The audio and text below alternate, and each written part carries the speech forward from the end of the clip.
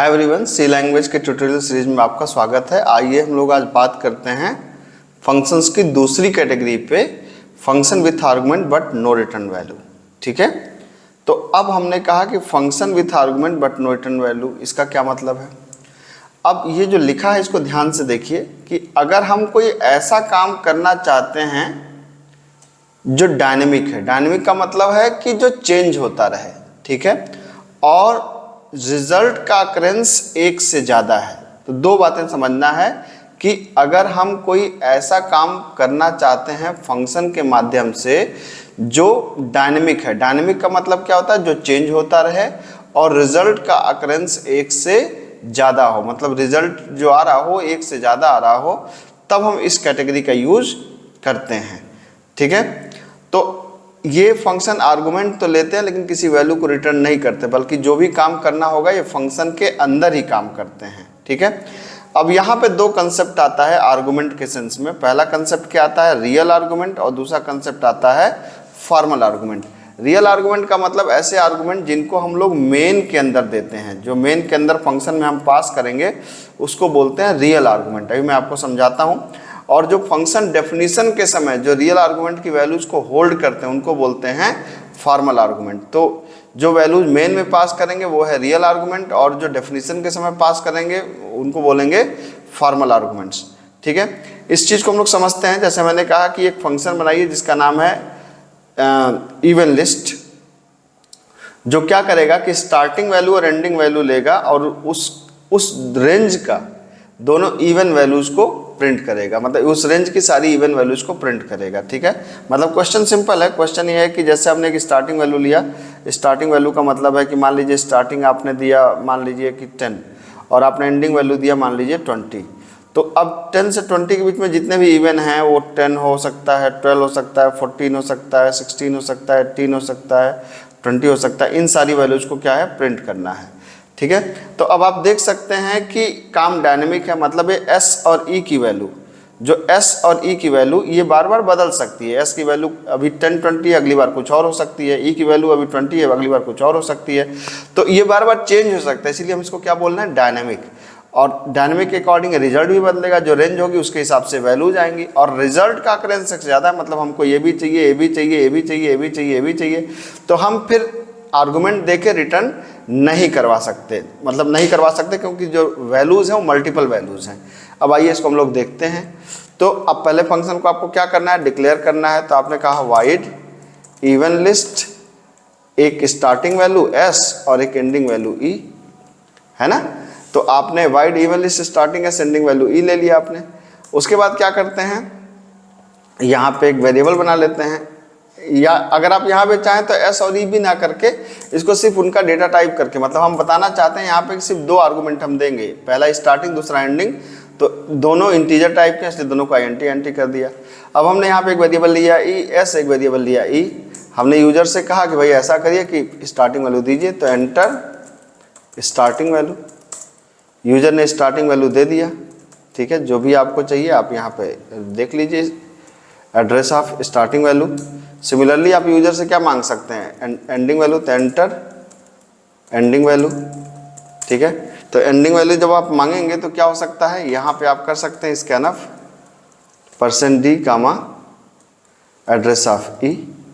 अब आपको क्या करना है, अब आपको इवन लिस्ट भाई साहब को बुलाना है कि आइए स्टार्टिंग ले जाइए, एंडिंग ले जाइए, अब मुझे रिजल्ट दे दीजिए। मतलब ये बिल्कुल वैसे ही है जैसे मैंने कहा कि मुझे अपनी बाइक बनवाना हो तो मैं बुलाऊं कि मैकेनिक भाई साहब आइए बाइक लीजिए और अपना काम कर दीजिए। उसी तरीके से हमने कहा कि ये काम तो मैंने मेन के अंदर कर लिया, लेकिन ये काम मैंने इस फंक्शन भाई साहब को इवन लिस्ट फंक्शन को बुलाया और हमने कहा स्टार्टिंग और एंडिंग को ले जाओ। ठीक है, अब क्या होगा, अब बचा है इसका तीसरा पार्ट। तो आप देख सकते हैं क्या क्या काम हो गया, function calling, function prototype, function calling और फंक्शन डेफिनेशन अब बाकी है। तो आप कर सकते हैं वाइड क्या, even list, INT starting value और INT एंडिंग वैल्यू। ठीक है, इसको हम लोग कर देते हैं SV और EV। ठीक है, अब यहाँ पर ध्यान देने वाली बात है, जो S और है, जो जैसे यहाँ पे मैंने पास किया फंक्शन के अंदर S और E, तो S को बोलेंगे रियल आर्गुमेंट, अगर आप इसको ध्यान से समझने की कोशिश करें तो जब मैंने मेन के अंदर जो कॉल किया है, जो मेन के अंदर हमारा फंक्शन बना है मेन के अंदर, तो मेन के अंदर जो बना है वो कौन सा बना है, वो बना है इवन लिस्ट और आपने पास किया है एस और ई। लेकिन जब फंक्शन को आप डिफाइन कर रहे हैं तो डिफाइन करते समय आपने क्या पास किया है, wide even list INT SV और INT EV। तो अब टेक्निकली क्या होगा, टेक्निकली ये होगा कि जो S की वैल्यू आएगी वो कहाँ पे आएगी, SV के अंदर आएगी, और जो E की वैल्यू कहाँ पे आएगी, EV के अंदर आएगी। तो S की वैल्यू ट्रांसफर हुई कहाँ पे, स्टार्टिंग वैल्यू के अंदर, और E की वैल्यू ट्रांसफर हुई कहाँ पे, एंडिंग वैल्यू के अंदर। तो ये जो आर्गुमेंट है, ये वाले दोनों, इसको क्या बोल रहे हैं, इसको बोल रहे हैं रियल आर्गुमेंट, ठीक है। और ये जो है इसको बोलना है क्या, फॉर्मल आर्गुमेंट, ठीक है। मैं फिर से आपको बताऊं कि ये कोई हार्ड एंड फास्ट रूल नहीं है कि आप इसका नाम बदल ही दें। अगर आप नाम नहीं बदलेंगे तो ही प्रोग्राम चलता है। इनफैक्ट मैं अपने कई प्रोग्राम में नाम नहीं बदलता, क्योंकि बार बार नाम को मैनेज करने में दिक्कत होती है। लेकिन कई बार नाम नहीं बदलने से कन्फ्यूजन भी होता है, इसलिए शुरुआत में कहा जाता है नाम बदल के करिए। तो अगर आप फर्स्ट ईयर में हैं तो नाम बदल के करिए, और अगर आप इससे ऊपर हैं तो आप सेम नाम से भी कर सकते हैं, कोई दिक्कत नहीं होगी, ठीक है। तो अब इवन तो प्रिंट करना आपको आता ही है, इवन प्रिंट करना तो बाएं हाथ का खेल है। आपने कहा कि for i equal to starting value, i less than equal to ending value, i plus plus. मैं मान के चल रहा हूँ कि स्टार्टिंग वैल्यू एंडिंग वैल्यू से छोटी है। अब चेक कर लीजिए कि यदि i को 2 से डिवाइड करने पर रिमाइंडर 0 आ रहा है तो उस i को प्रिंट करा दीजिए। कितना आसान काम है, %d/t कामा i को प्रिंट करा दीजिए। देखिए हो गया। अब रन कराइए इसको। हमने दिया स्टार्टिंग वैल्यू मान लीजिए 10 और एंडिंग वैल्यू 20, 10, 12, 14, 16, 18, 20, तो कोई भी। अब देखिए डायनेमिक का मतलब यही था कि स्टार्टिंग वैल्यू हमने दिया मान लीजिए कि 70 एंड 90। अब 70 से 90 के बीच के सारे इवन वैल्यू आ गए, ठीक है। तो इसका मतलब ये है कि अब आप देखिए कितना आसानी से हम लोगों ने किया काम को, कितना अब आपको ऑर्गेनाइज लग रहा होगा कि हमने एक फंक्शन में, हमको इवन लिस्ट प्रिंट करानी थी तो हमने एक फंक्शन बना लिया। मेन के अंदर हमने सिर्फ क्या किया, वैल्यूज़ को मांगा, बेसिक वैल्यूज़ को, फिर हमने इवन लिस्ट भाई साहब को बुलाया, कहा आप इस स्टार्टिंग एंडिंग को ले जाओ, बाकी काम आप करो। अब ये देखो, ये बाकी काम यहाँ पे डेफिनेशन के अंदर कर रहे हैं। तो होपफुली आपको मज़ा आया होगा।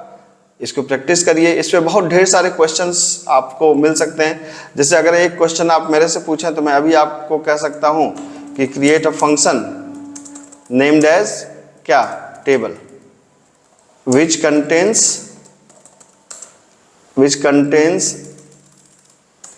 contains a number as argument and print the table of that number। कहने का मतलब ये है कि आपको मैंने एक क्वेश्चन दिया है कि एक प्रोग्राम बनाइए, एक फंक्शन बनाइए जिसका नाम क्या है, टेबल है, जो एक नंबर आर्गुमेंट ले और दिए गए नंबर की टेबल प्रिंट कर डाले। तो बड़ा आसान है। ऐसे आपको ढेरों क्वेश्चन आपको मिल सकते हैं। आप कहेंगे तो मैं आपको दे दूंगा। अभी तक किसी ने भी कमेंट में नहीं कहा कि सर कुछ क्वेश्चन दीजिए। तो मुझे लगता है कि अगर आपको ज़रूरत है तो पहले आपको मांगना चाहिए। अगर आप नहीं मांगेंगे तो फिर नहीं मिलेगा, ठीक है।